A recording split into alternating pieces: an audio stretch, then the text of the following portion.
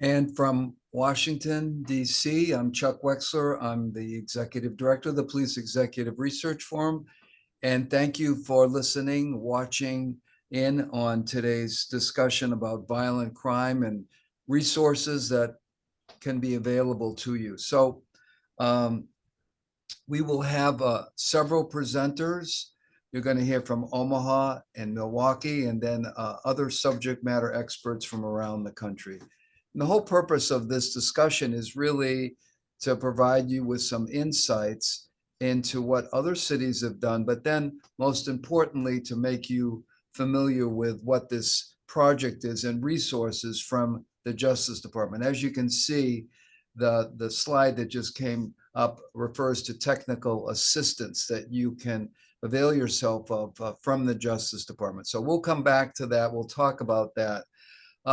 Many of you probably know what the Police Executive Research Forum is, PERF, but we do a lot of work around the country. And, you know, a lot of times we'll come into cities, Omaha, Milwaukee, and we'll work with some great chiefs and great community people. We produce a lot of work that deals with issues that you're concerned about, whether it's violent crime, helping select a police chief, best practices, artificial intelligence, something we're trying to get our heads around now. So you can find out more about us on the web here. But so that's who we are. We've been around for almost 50 years. So today I want to talk about this technical assistance that this grant that we have, and our job really is to get these resources out to cities and communities around the country. So that's what we're hoping that you'll take away today is the opportunity to learn about this program. So this is a Department of Justice Violent Crime Reduction Roadmap. That's a lot to say, and what that really is these 10 essential items which were developed by the Violent Crime Working Group, convened by the Council on Criminal Justice. You'll hear more about that. All of that is to say, when you're dealing with violent crime, everybody has to come together. And so today you're going to hear some examples of two cities where everybody came together. So we use those two cities as examples, and you'll hear from them, from those cities exactly how they did it. And then toward the end, think about questions you want to have, and then go to the chat, put those questions in, and we'll try to address them. We got to stay on time. Each one of these presenters is about 10 minutes.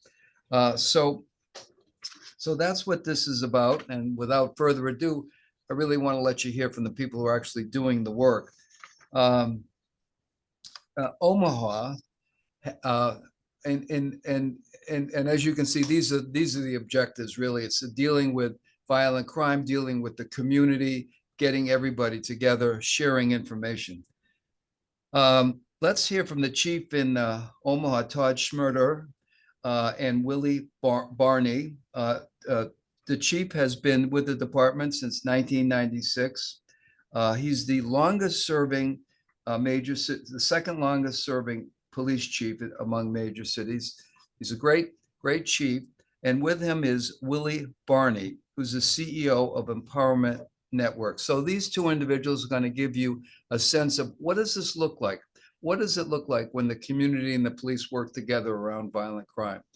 So Chief, I'm going to hand it to you and let you kind of tell your story.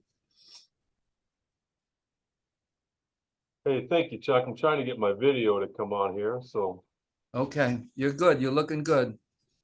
You got me on there? Okay. Yes, sir.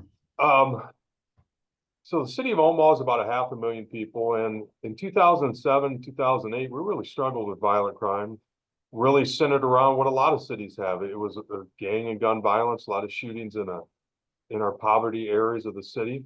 And at that point in time, the city got together with the community and we both said, you know what, this is enough. We're not going to have this anymore. We had that starting point. And ever since then, we've been working together closely to reduce violent crime. Our shootings were at its lowest level in the history of Omaha last year. Homicides, of course, go down when your aggregate shootings go down in generalities.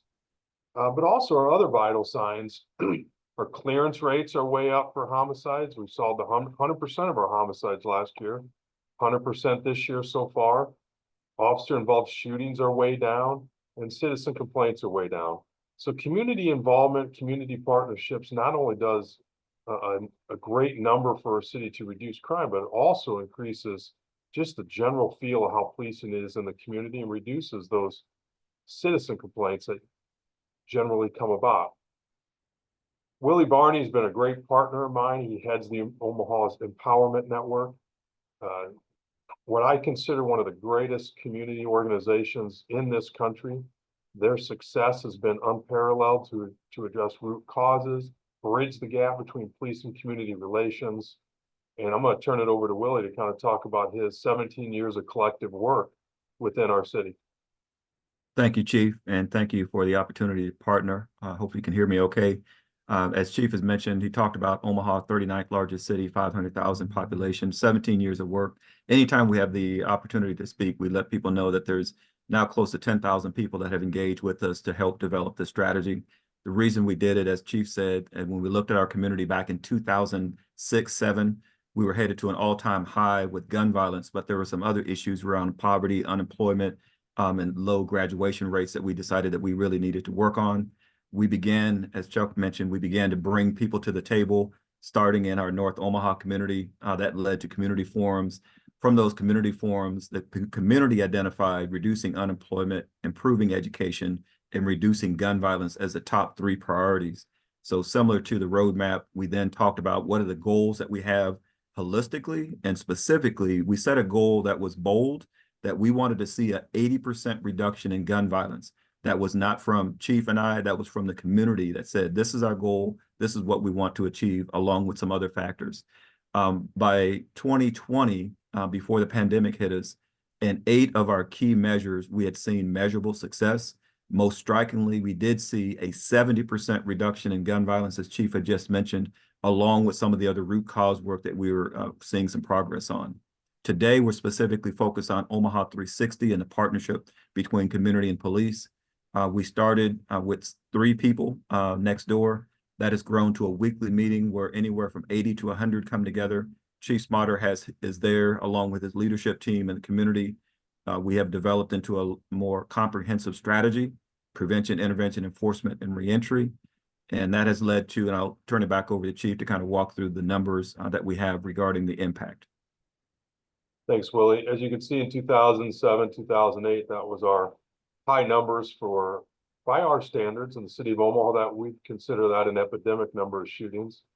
And you can see the downward trend. 2007 is when the Empowerment Network started, is when we really started collaborating with our community to address these numbers. You could start to see the downward decline.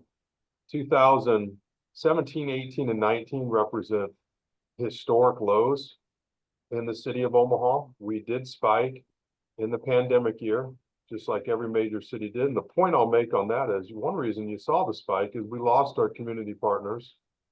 Omaha Police was the only game in town. Everybody else had to either divert because of the pandemic or divert to assist other aspects of the community with the pandemic. So it's a good indicator of how vital police community relations are. And our goal was to get right back down to our historic lows. We reached that and then some in 2023. We're off to an even better start so far in 2024. Go to the next slide. This just gives a little better view of our non-fatal gun assaults in our target area. This is where 85 to 90% of our shootings were occurring in our city. This was our most poverty portion of our city, and you could see the decline. So the police community relations really penetrated hard and productive in the representative area it needed to. This is our homicides. You can see where we usually averaged about 40 or so from 2008 to 2014-ish, 15. And 2018 and 19 were historic lows for Omaha. Generally, when you see those shootings go down on an aggregate basis, homicides will go down. We can go to the next slide. And this is our clearance rate. I think it's very important to talk about clearance rates because in my opinion, if you want to get a quick gauge of a city and how well the police and the community work together and whether or not their strategies are productive, take a look at their clearance rates over a period of time. If they're high, you can see it generally represents a city and a police department that's working well together. When it's low, they're a little further down the road of progression that needs to take place. You can see in 2008, 9, and 10, that not only represents our lowest clearance rate, but the feel of our city at that point in time was really disconnected with the community. 2020 to now represents our highest years. We've, like I said earlier, we solved 100% of our 4 homicides is all we've had this year. And police community relations are on an all-time high. One reason for that, amongst many, is every Wednesday at 2 o'clock, we do meet. Every Wednesday without fail. We strategize on a weekly basis. But not only do we strategize, if something occurs in the city, and it inevitably will with 1,000 officers and a 500,000 population, we address it. If there was a police action that's perceived to be inappropriate, we address it every Wednesday. We don't let things like that fester in Omaha, and it's been a great system for us. Willie, did you want to go back to the slide? Yeah, just wanted to wrap up. I know we want to get to some of the other presentations, but really appreciate the opportunity Chief Smarter has shared. Again, it's a comprehensive strategy. A lot of people see the Wednesday meeting and they think that portion is 360, but 360 is a comprehensive model that happens before the meeting, after the meeting, throughout the week. But it comes back to prevention, intervention, enforcement, and reentry, and building really strong, positive relationships between community and police. So thank you for the opportunity to share. Let me ask both of you a question. I suspect some of this program has to do with the relationship between the two of you, that both of you must have a kind of good working relationship, and that's not something you can duplicate. Can you both talk about that for a minute? Sure.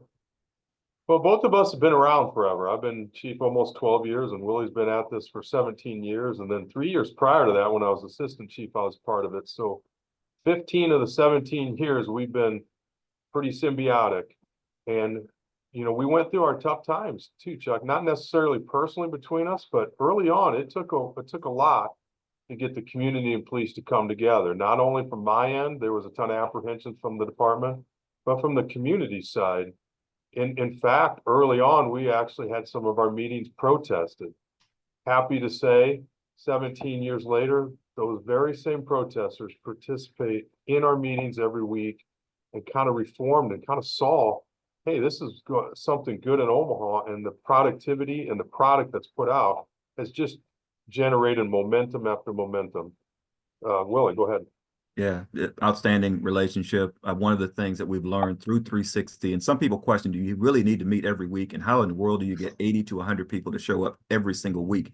That is a big part of the success, that relationship building and trust building. They see it modeled between Chief Smarter and I and our teams working together very closely. And you literally have cell phone numbers exchanged between the gang unit and other partners in the room, the churches, the neighborhoods. People know each other, they trust each other. They're able to, when they see something that doesn't look right, or a community member brings them something, they have no problem getting on the phone, getting connected with folks that they've now have put years into and invested in time in getting to know each other. So we do try to model that between the two of us, and we have an outstanding working relationship that others have also been able to expand and build on. Let me ask you this. We got time for another, just to cover one other thing. You talk about these meetings. A lot of times you go to meetings and sometimes they work and sometimes people are just going through the motions. How do you make your meetings productive? We keep it really tight. It's 1 hour. And so we know that this is the format that we use. We do, first of all, what are the strategies that have happened, what has happened in the last 7 days that we need to address, any type of retaliation that might be an issue, who's addressing that issue. Okay, the police department's doing a piece, gang intervention groups are doing a piece, the churches are doing a part of it. So we talk about the first 30 minutes is looking back. What did we need to do to address what has happened? The next 30 minutes, what's coming up? Okay, there's a game of interest, or there's a specific parade, or whatever it might be that now collectively the police department's playing a role, the intervention groups are playing a role, and we know that we have to keep the meeting tight. It's 1 hour. If an incident does come up where a community member may come and they voice concern about something, we give them some time. We want to honor that. but we also then, because we have the police department in the room, many times the chief is there, captains, deputy chiefs, we can connect that individual and say, thank you for bringing that to our attention. Let's make sure you get you connected with chief or with this person after the meeting. And typically we'll be able to move forward from that point. So it's a very highly facilitated meeting that allows it to be productive. Okay, go ahead. Sorry. Go ahead, Todd. Sorry. I was just gonna say, the only thing I want to add to it, if you want to keep the meetings going, you want them to be productive and last for 15 years like ours have, they have to be productive. There has to be substance to them. There has to be real information sharing back and forth from the community and the police. And sometimes how to nuance that is one of the hardest things to do. What information can we give? What information can't we give? And what we've learned over the course of time, information sharing has been productive to us. So we will share things that we generally were apprehensive of sharing about a decade ago. And that's a barometer that's hard to get over. I am looking at the chat questions, but what I'm going to do is I'm going to come back to these chat. These are good chat questions, but in the interest of getting these other people on. So stand by, Omaha, and we will come back. These are really good questions. So great presentation. Stand by, Omaha, and we will come back to you in a couple of minutes. But let me get these other folks on. So you heard one example. You heard Omaha. Now we've got two subject matter experts, Chico Tillman and Shantae Jackson. Dr. Tillman is Executive Director of the Community Violence Intervention CBI Leadership Academy, and Shantae Jackson is Director of the National Office of Violence Prevention Networks. So tell me, Shantae, I'll start with you. You just listened to Omaha and you're familiar with the roadmap. What are some of the key things that you heard what Omaha said, and how do they relate to the roadmap? Yeah, I would say, interestingly enough, one of the areas that Chico and I are going to cover, Chuck, is what we just heard from Todd and Willie discuss. So it might make sense just to jump into the presentation and share our thoughts there. Rachel, if you wouldn't mind, advance to the next slide. For folks that are joining us, good morning, good afternoon, depending on where you are. Back in December, as Chuck alluded to earlier, the DOJ released its violent crime reduction roadmap, and that roadmap is meant to essentially be a one-stop shop for jurisdictions that are looking to implement the 10 essential actions that got developed by the CCJ. The resources that folks can take advantage of in looking at the roadmap include training and technical assistance, funding opportunities, information sharing, and even some communities of practice. There are tons of publications and toolkits and webinars that I think folks will find really helpful. Before I jump into sharing some of my thoughts about the training and technical assistance work that I do to help jurisdictions across the country, though, I'm going to turn it over to Chico to talk to you all about his experience in co-crafting the 10 essential actions. Next slide, please. Yes, I have to say, Thomas did a great job with his team, really convening some of the top subject matter experts from around the country to craft these 10 essential actions. And I want to say that we didn't go into this convening with a particular amount of actions in mind. It emerged more organically. And one thing I will say is that the group that we brought together was interdisciplinary in nature. So we had individuals from different sectors, multicultural, it was diverse. And we had real robust, serious conversation. And the beauty was we didn't always agree. I think the beauty in the dialogue and the disagreement is that by us not being able to agree on everything, we learn from one another. We learn different perspectives. We begin to understand how we move the body of work forward.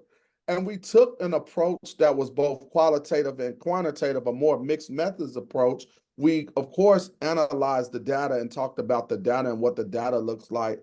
And homicides and shootings, who was the target population, and all those things. But more importantly, we utilized a qualitative manner, and we did focus groups, and then we did individual interviews to really get to the depth of ways to really improve TA and to improve infrastructure building and capacity buildings for individuals who had a desire to go into this emerging field of CVI. And with that, I'll pause right there and pass it to my colleague, Shantae. Thanks, Chico. Next slide, please. So while we could obviously spend an hour on each of the 10 actions, we've only got 10 minutes. So I chose to focus on action number 3, create a citywide plan to engage people, key people and places. That's because when done well, a comprehensive violence reduction plan is going to include all 10 of the actions, right? Needless to say, no single intervention is going to be enough to stop violent crime in your jurisdictions. And a comprehensive violence reduction plan isn't a crime plan. By way of example, in Baltimore City, which is one of the cities that we provide ongoing TTA to, the police department's crime plan is a sub-plan of the city's comprehensive violence prevention plan. That comprehensive plan, though, has to not only include the what you're going to do to take a multi-pronged approach to violence reduction, but also did we get it right section. How are you going to measure success? What are your KPIs? With what frequency do you plan to evaluate the components of your plan? What does accountability partnership look like from both an intra-agency and a communal perspective? I'll pause here to say a personal nugget that I'll share is that your plan should be 5 years. It should be a 5-year plan. Next slide, please.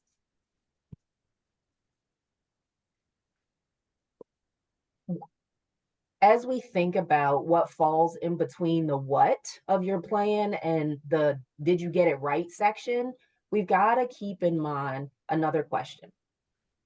And we've got to keep in mind that that question has to get answered both before you create your plan, and the answer has to be embedded in your plan. That question is, how are you going to get the work done of violence reduction in your jurisdictions? And what tasks are you going to bring into the room to help you get it done? For those of you on today's Zoom that know me, you know I'm an acronym geek. And so tasks stands for talents, abilities, attitudes, skills, and knowledge. What that means is that you have to bring everyone to the table ahead of the plan's creation. And at the end of the day, the plans that are most likely to be accepted by your constituents, by the citizens and the residents that you serve, the plans where there's going to be real partnership and execution are the plans that have been co-created. Co-created not only with your agency partners and elected officials, business partners, but also with your city's micro communities. And so when I'm talking about micro communities, I'm thinking about communities like returning citizens and your faith-based leaders and your Latinx and AAPI and LGBTQ, your youth, your elders, like all of those folks make up micro communities. One of the cities that we support actually conducted 36 community sessions and engaged over 13,000 folks ahead of the creation of their plan. I think that you heard Willie and Todd mention earlier that they engaged over 10,000 folks to create their plan.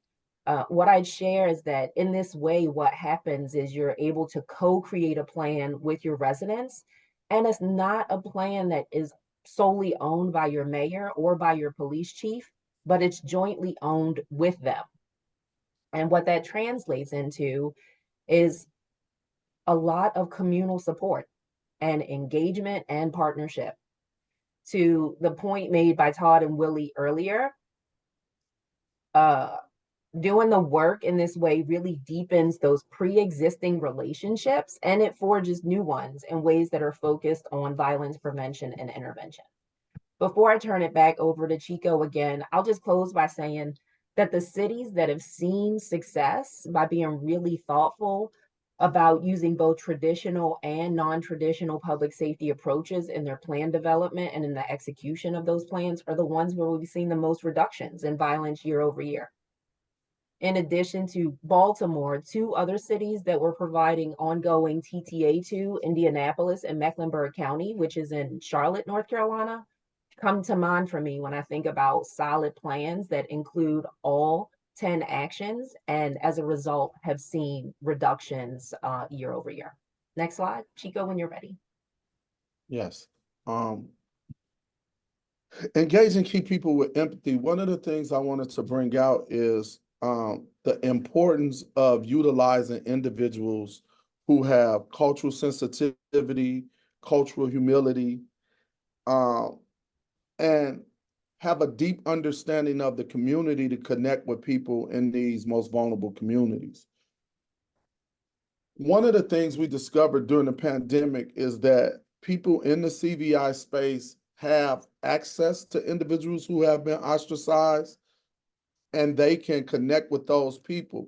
Once they connect with those people, we discovered that we have to find ways, whether it's through conducting cognitive behavior intervention or other behavioral change mechanism, to get them in programs to empower them in situational decision making.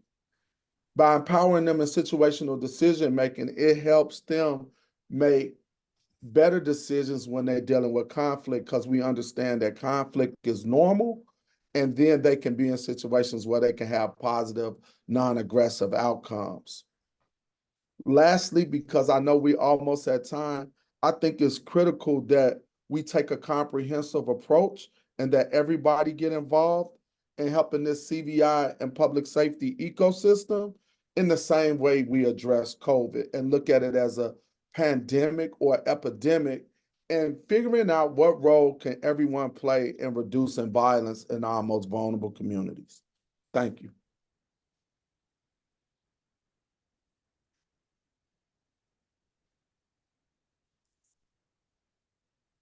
All right, okay, whoops, hold on. No, that's fine. I wanted to, be respectful of the other speakers. Okay, hold on, I'm coming back. Okay, thank you both very much. And let me just ask you both a real question. Sometimes there's a strained relationship that police executives have with the community. When you think about that, we could talk for hours on this. What's like the one or two things that could change that relationship? What would you suggest that could help do what we just saw in Omaha? I'll take a first stab at it, Chuck. The way you frame the question exasperates or extrapolates why there is a problem. If you think about it, policing is the only industry out of every industry in America that's seen outside of community. Some way we have to humanize policing so that policing become a part of the fabric of community. Because when you think about it, policing is a career path and an occupation. It's not some thing or some person. And I think once they become a part of community, and where we see it at is in suburban areas where police are embedded in the community and have established relationships with the people in smaller municipalities, that you see them a part of the fabric. We have to bring policing to be a part of community and get police that understand the communities that they serve in. What I'll add here is, from a relationship perspective, whether we're talking about policing and communal relationships, or, Chuck, just my relationship with you, or a relationship that you have with a family member, the first thing that you have to do is say what the thing is in the room, right? And so it's completely okay, in my opinion, for a chief to say, I know we haven't always gotten along. I know that there That's good. I know that there Yeah. are some issues, and here's what I'm committing to. Right. In order to change our relationship. The last thing that Right. I'll say here is, low hanging fruit, right? You got to demonstrate you got some skin in the game, some real Mhm. skin in the game, right? And Mhm. so, how do you do that in ways that start to build a trust surplus instead of a trust deficit? I like that, Shante. All right. Dr. Tillman, Ms. Jackson, thank you very much, both of you. Stand by because we may have some questions for you as we wrap up. Very good. Very good job, both of you. Now, my friend, Chief Jeffrey Norman from Milwaukee, he was appointed acting chief in 2020 before becoming a chief in 2021. He's been with the department since 1996. Someone I have a lot of respect for, and I've worked a lot with. Milwaukee is a great city, and he's got the convention coming here this summer, so he's got a lot on his plate. But Milwaukee's seen some real successes, and you've had Operation Summer Guardian. So, Chief, in your own words, can you talk a little bit about what some of the key elements of this program were? Absolutely, and thank you, Chuck. Appreciate PERF allowing us to be a part of this conversation. I feel honored to be amongst this group.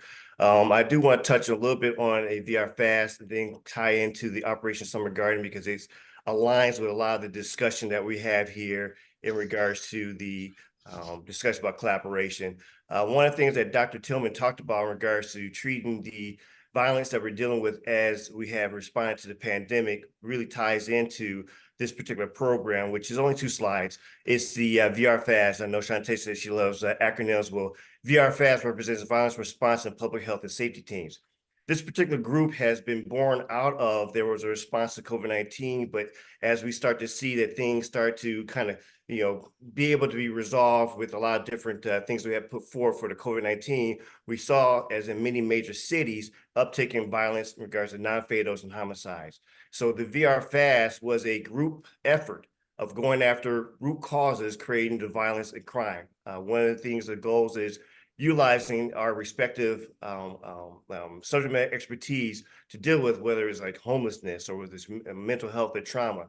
And this is a bi-weekly particular type of work where it's almost like Omaha 360. You have all these partners that you're getting together to basically, get to some of the things that we are seeing as causes for our particular challenges within our community.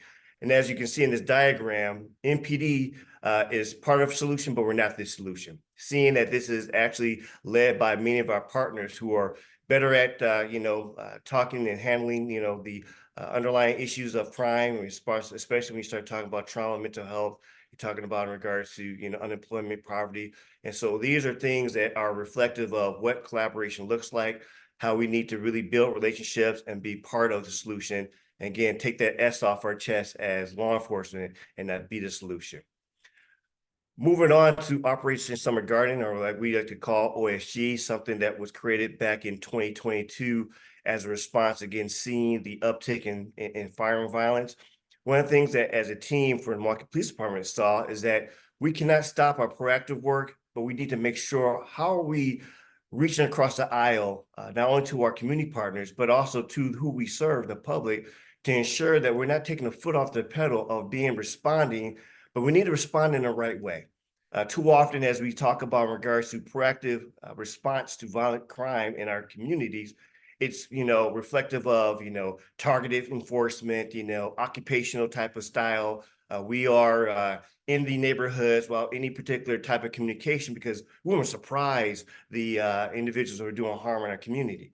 Operation Summer Guardian turns that on its head in regards to that we understand that we need to collaborate with our community members and our community partners to those residents that we serve, and that we know that we are going to be intentional of our engagement to let them know we're coming.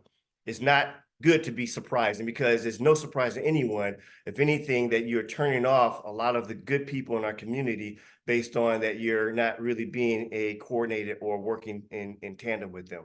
So the name Summer Guardian is what it says, Guardian, and what we utilize is ShotSpotter to respond to the high number of shots going on certain areas that we always say focus, because I don't even like to use the word targeted because it sounds, again, very aggressive or intentional in regards to saying this is a focus area of different type of resources to ensure that we are put in the right type of efforts and the right type of deployments.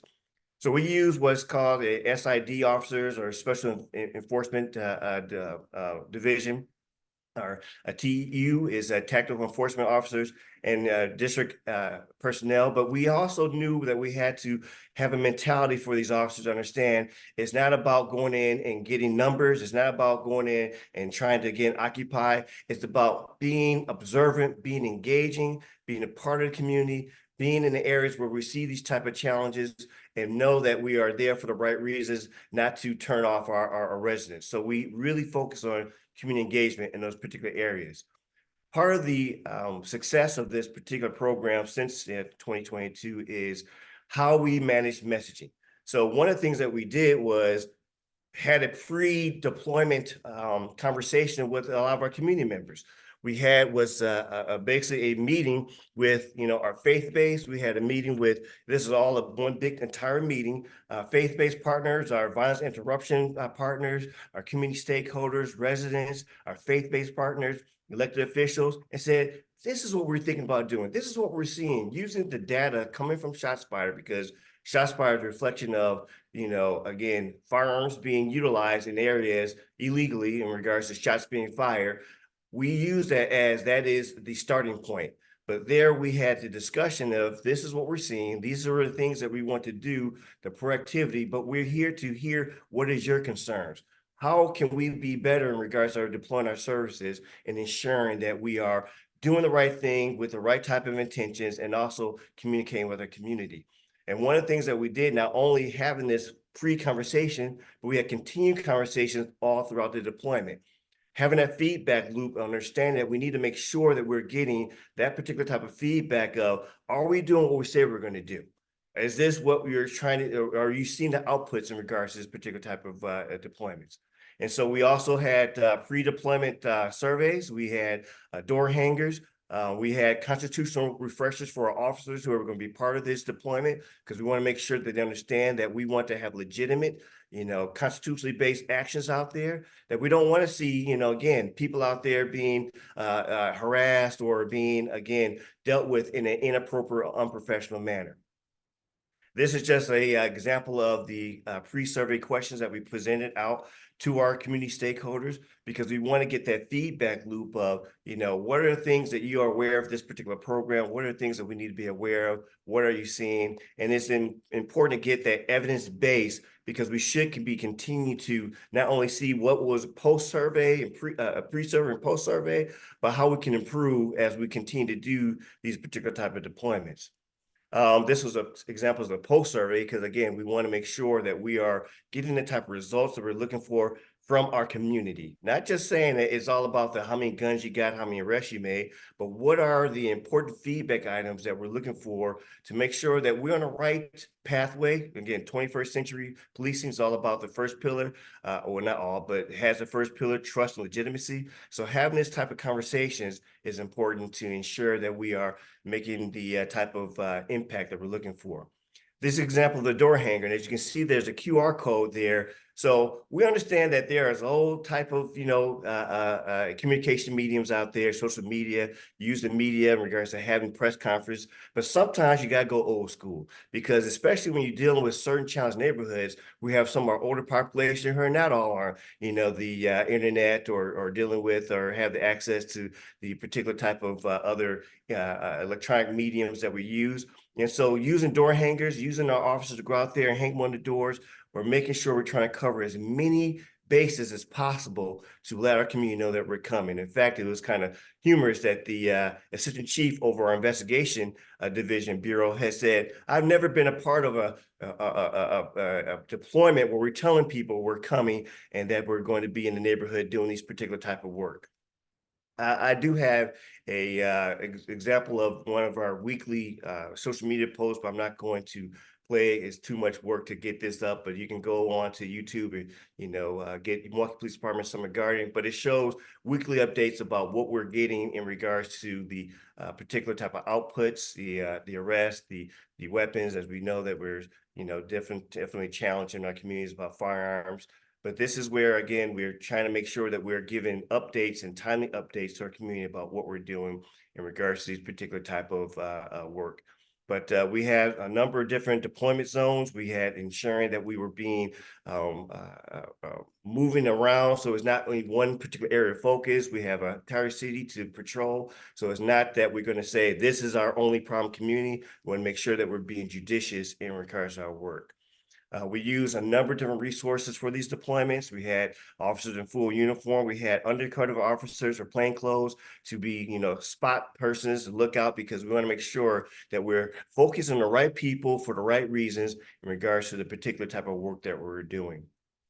Again, the thing that we want to always put out to our community that focuses on enforcement, but regular physical presence, community engagements, and deterrence is better to prevent than to solve. As much as, and I know I saw Todd, and we also enjoy a high number of clearances. It is part of the victim resolution of some type of closure for cases. But I'd rather prevent than have to go out and respond and investigate, because definitely is more to it to be able to have the particular type of prevention that these instances happen.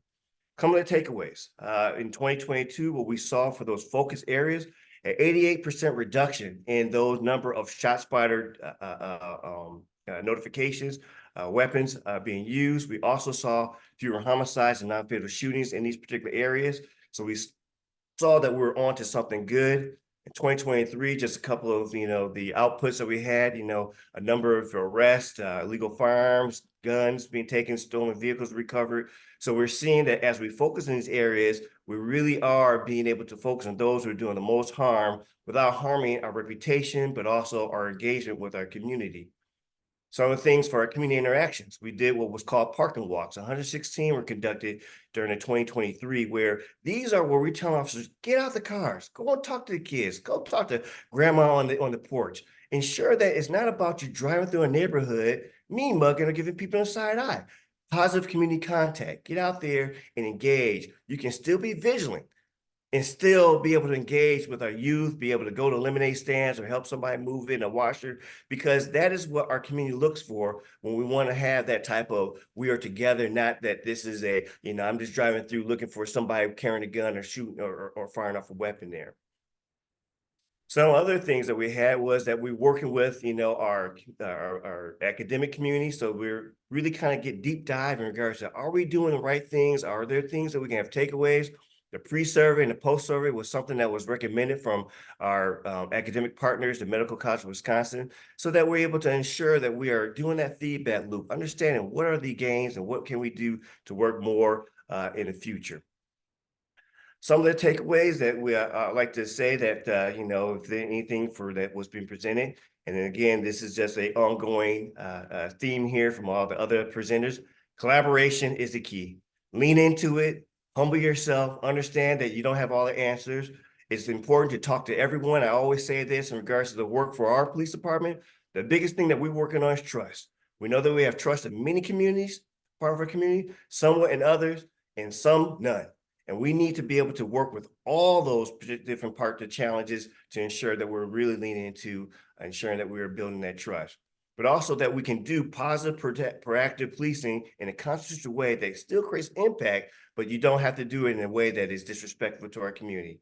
And that just, again, understand that we need to have that feedback. Sometimes you need to hear what you need to hear so that you can improve. With that, I will close out there for you, Chuck.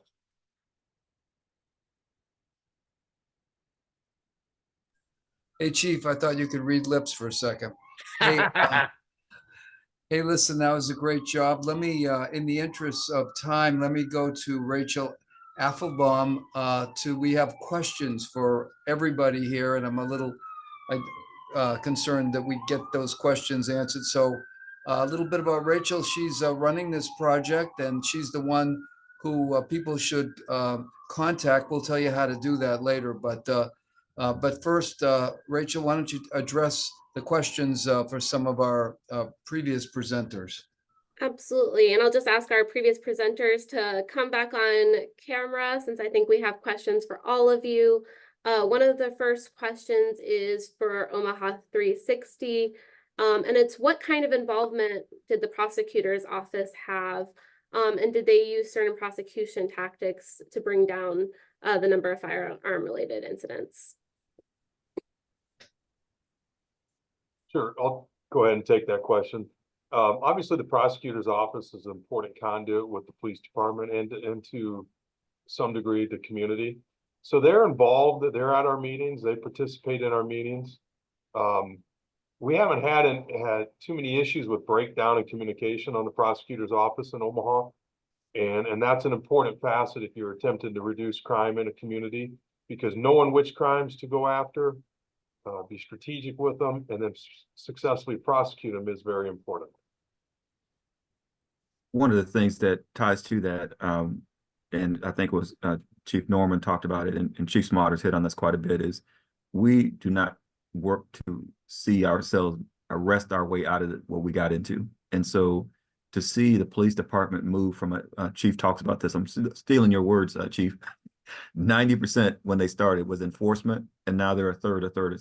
So they're spending a third of their time on prevention, a third on intervention, and so because of the community work, it really allows them to then focus their enforcement work on just very targeted individuals, and that's who they work then with the police, with the prosecutor's office to really address those individuals. Where we as a community really focus our attention on prevention and intervention and doing everything we can on the front side to prevent really getting into the arrest system. And as was said by Chief Norman, we want to prevent it before it gets onto the back end. Thank you both. So the next question we have is, how can the roadmap work with a rural-ish county with 3 urban type municipalities that drive violence and shootings? I'm going to throw this to Shantae and Dr. Chico Tillman, but first I want to provide a little more information too. So actually one of PERF's focuses for this TTA project really is to help some of those smaller communities and rural agencies access federal resources and other TTA providers. We're also hearing from a lot of jurisdictions that there are cross-jurisdictional crime issues that are impacting rates in surrounding cities and regions. So we are looking at ways to increase collaboration across agencies and jurisdictions, and we'll be hosting some regional training seminars to help regions better collaborate and think about how they can use the strategies together. And now I'll turn it over to Shantae and Chico. Yeah, so I think you started to answer the question already, Rachel. Regionalism is something that's extremely important as we think about how we drive down violence in our communities and the preventative and interventive measures that we take so that we don't see violence creeping across borders. From a training and technical assistance perspective, the National Institute for Criminal Justice Reform works with every single partner that's willing to come to the table. And we also pull folks by the ear to the table, right? So here are the benefits that you're going to see from a jurisdictional level should you come to the party, should you be willing to have this conversation with us. And at the end of the day, if your performance measurement, your evaluation is tied to your level of effectiveness and keeping your community safe, then folks come. Chico, anything to add there? I think it's important to build to do some coalition building. And when taking a comprehensive approach, it lightens the load on everyone. And just really adding one more thing, having defined roles so there's not a lot of overlap and people not doing the same thing. Thank you both. And I do want to share another little piece is really that regional approach. So Shantae and Chico are actually both part of our TTA advisory board. And we are working closely with, Shantae's organization and Chico's to be able to connect you with them too for additional training and technical assistance that our project will pay for. The next question is, what if chiefs and mayors do not prioritize being at the table with the community? And I'll take another first stab at this. So we actually have some advisory board members that are part of the U.S. Conference of Mayors, and we're really prioritizing getting the word out to city officials, city managers, mayors, etc., to really help them see how these strategies, community-based strategies, can be helpful for their jurisdictions. But I'll let Shantae and Chico provide some more answers. Chico, you want to go first this time? I'll pick up the rear. I got your 6. Could you repeat some of that for me? Because I want to be clear.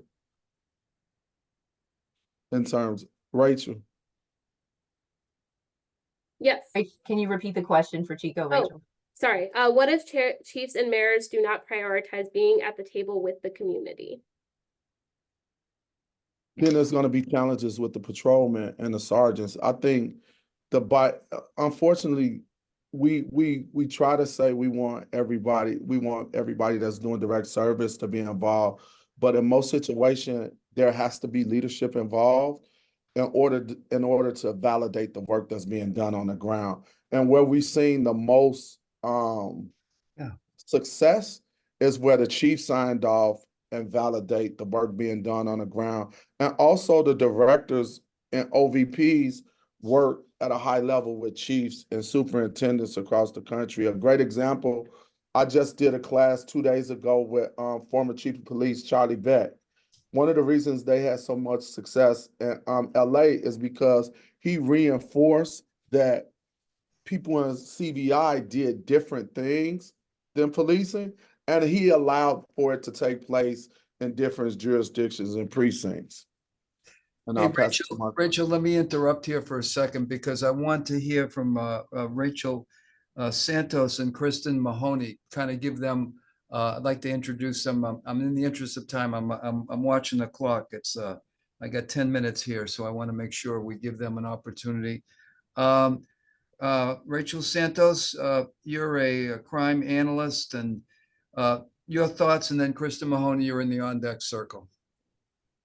Well, thanks, Chuck. I think, with the TTA that you guys are doing is just phenomenal. And obviously the work, moving forward, putting community engagement and crime reduction together, I think is where a lot of the work that I do. And with Roberto Santos, my husband, right, we have our center, but I think it's important because getting people in the police department to kind of to change that culture, to get them more willing to go out and interact on a, one-to-one community contacts, interactions versus having big events and all that. But, developing a way to do that systematically and to get everybody involved. So that's a lot of the work we're doing. We have a cops guide that just came out on that, but also crime analysis. That's my expertise. I've been working in crime analysis for 30 years now. And I like to, helping folks and really building up that capability. And sometimes with crime analysts, it's nice because we can work over Zoom and over some virtual TTA because they are so techy, and we can look at their systems and at the time, instead of, spending too much time going in or doing the travel, that virtual stuff is really helpful. I think. mean, and Rachel, just to be clear, and I'm going to come back to our Rachel here in a minute here at the end, but when people listening in, watching in, they have a crime issue, they're not really sure what it looks like. They come to us, and then Rachel Affelbaum looks and talks to them, talks to you, and then gets you to go to their community, and it doesn't cost anything, right? Absolutely. Absolutely. And there's certain things, I mean, it's not crazy analysis where we can really get in to understand. It's not a dissertation. It's not all kinds of algorithms. It's really simple, straightforward analysis. Okay, good. Let's go to Kristen Mahoney, who is familiar to many of us. She's worked in the Justice Department, and now she's working with the Crime Lab. Kristen, you're probably one of the foremost people in the country on this. What should people take away about the resources that you both heard at Omaha and Milwaukee? What a great job they've done, but then how we can help them from a justice standpoint. Right. Thanks, Chuck. So when I was a practitioner at Baltimore Police Department, if people talk to me about the training and technical assistance, I would be like, no, thanks. I just need $500,000 for a new CAD system. So I never really appreciated that training and technical assistance is a tailored, trusted tool that can help you generate solutions and overcome implementation project problems that you're having. And it's free, as Rachel noted. It's not a grant, so it's very limited paperwork. I mean, there's really no paperwork. You just ask. And I know it sounds like too good to be true, but the things that are in the chat box, those are like, sometimes it's about idea generation. Like, we just need to help you make some space and take some risks so that you can grow. And then some of those questions about are like you're stuck and you need some help enhancing or implementing some strategies that you have in place. So I always tell people to think of training and technical assistance as kind of like an enzyme or a catalyst. Like we just speed up the chemical reactions that are happening in your community. And we can do that through referring you to trusted resources, doing customized training for you, in-person training, peer-to-peer engagements, putting you on the ground, at other communities to watch and learn how they do what you want to do. Facilitating meetings, getting people that are uncomfortable together, doing on-site assessments like Rachel and folks like Julie Wortel do, helping develop policy. So, I just think there's so many opportunities for PERF to lean in, and Chuck, you've assembled a great cast of subject matter experts. So thank you for letting me run people through TTA 101. Thanks, Kristen. Thanks for what you do. You've made a huge difference in our business. I'm gonna come back to you, Rachel, Rachel Washington, if you will. A lot of people are thinking, and I saw one of these questions in the chat. What does this mean to me? How can I get what I'm seeing in these cities? And this is an interesting thing. This is one of these projects where the Justice Department gives us money to give out to cities to make a difference. And so we've given you this array of rock stars, if you will, who've all done things to make a difference. But now talk to me, Rachel, about what should they do? They have a violent crime issue. They have a gang issue. They want to, get the mayor involved. They want to get the prosecutor. How do they do this? Who do they contact? What do they do? Absolutely. It's really simple. You're going to email me, and I'll share that slide right now. So you can email me. We'll be responding to you directly, and we'll follow up with you to talk a little bit more about what your needs are, where we can help, and how we can support you. As Chuck mentioned, we have connections with a whole vast array of subject matter experts, organizations, and technical assistance providers. We also have peer-to-peer resource departments and other organizations. For example, Omaha Police Department has generously agreed to be a peer resource for agencies looking to implement similar strategies to Omaha 360. So we can connect you with those individuals to help you get additional support and implementation. Okay, so I'm looking at this screen and this is the information. Did you give your email address, Rachel? Yes, crime reduction, TTA at policeforum.org. That enables us to make sure we know that's what you're reaching out about, and to get back to you more promptly, since we have a team here also that can reach back out. And if they want more personal attention, can you give them your office telephone number? Absolutely, I can put that in the chat. Oops. Okay, because we really, we want to get this funding out to people who normally don't know about the Justice Department and how to navigate and why does this city keep getting funding and I can't. Rural communities, small communities, communities that are having a violent crime issue but don't know where to turn to. We really want to help you. So, that's the whole purpose of this webinar. You've heard from Milwaukee and Omaha, great relationships there in those cities from our experts, all of that. Any last questions you're seeing in the chat? Rachel Washington, anything here that we haven't covered? Yes, I just want to circle back really quickly to a question for Milwaukee about when incidents went down in areas where focused deployment was utilized. Did you see numbers go up in other areas? Was violence pushed to these other areas outside of the focus area? Quick answer, no. And the big thing about that is, as we see some of the underlying causes of firearm violence in our respective major cities, it's kind of an opportunity. You're seeing things born out of issues of, poor conflict resolution. When there is that type of presence, but also the right type of presence in regards to that, we're building relationships with our particular respective communities. We're not only involved in de-escalation, we are also involved in building relationships with trust And so we did not see upticks going in other areas, which was pleasing. But always we are making sure that we monitor that we're not just pushing the problem to another area. Thank you, Chief Norman. The next question that I want to come back to is basically, are there statewide efforts and application of these efforts that can be implemented for statewide standards?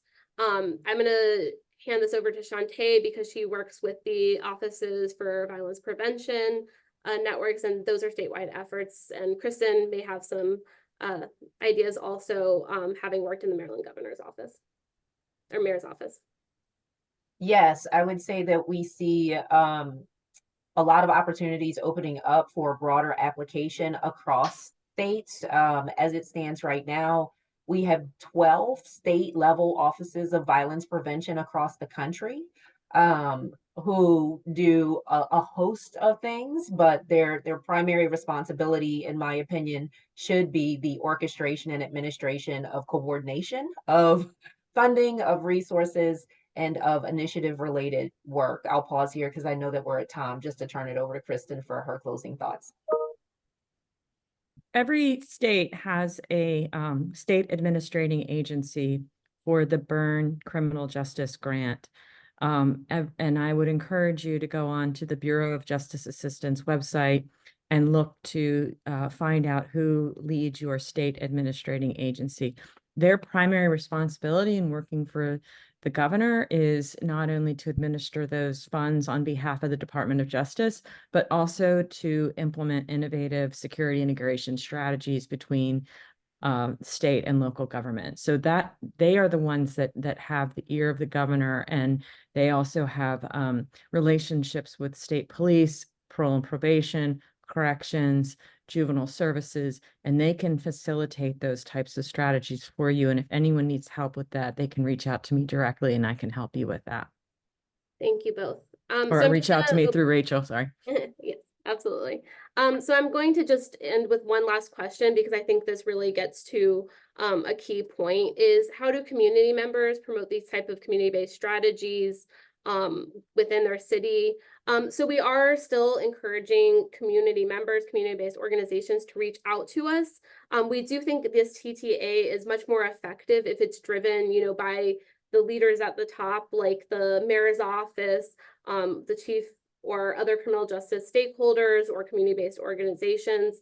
But we will kind of reach back out to you, see if you have relationships in that city with some of these key stakeholders.